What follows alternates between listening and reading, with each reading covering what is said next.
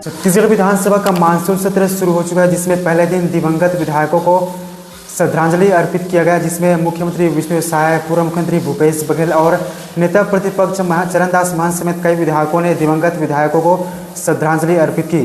तो सुनिए पूर्व मुख्यमंत्री भूपेश बघेल ने किस तरह से विधानसभा में दिवंगत विधायकों को श्रद्धांजलि अर्पित की है। महान भावों का नाम उल्लेख किया और जो भावनाएं व्यक्त की उसमें, और मुख्यमंत्री जी और नेता प्रतिपक्ष ने जो भावनाएं व्यक्त की उसमें मैं अपने आप को शामिल करता हूं। माननीय अध्यक्ष महोदय, मकसूदन चंद्राकर जी और लक्ष्मी पटेल जी, इनके साथ काम करने का मौका नहीं मिला, लेकिन संगठन में ज़रूर उनके साथ काम करने का मौका मिला।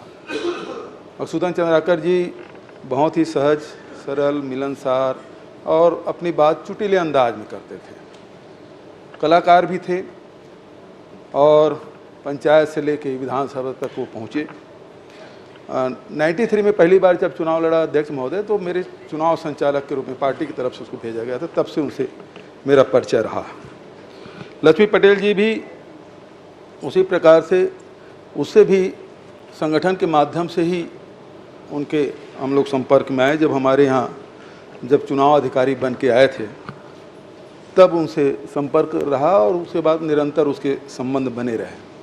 माननीय अध्यक्ष महोदय, अमीन शाह जी सरगुजा से आते, सामरी बिल्कुल बॉर्डर का क्षेत्र, भारतीय जनता पार्टी से, जनसंघ से, भारतीय जनता पार्टी से, जनता पार्टी और भारतीय जनता पार्टी से निर्वाचित हुए। हालांकि 93 में हम लोग साथ में थे। जैसे कि नेताजी ने कहा कि ज़्यादा संपर्क संबंध नहीं रहा,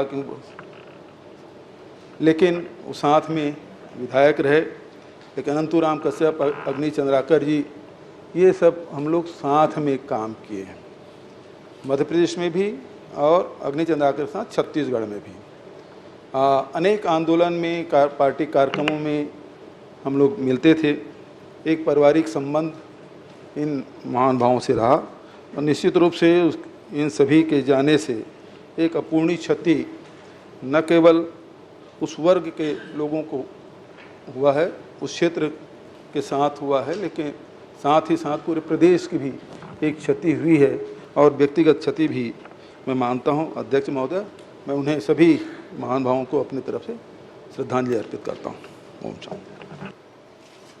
राम विचार जी। अध्यक्ष महोदय।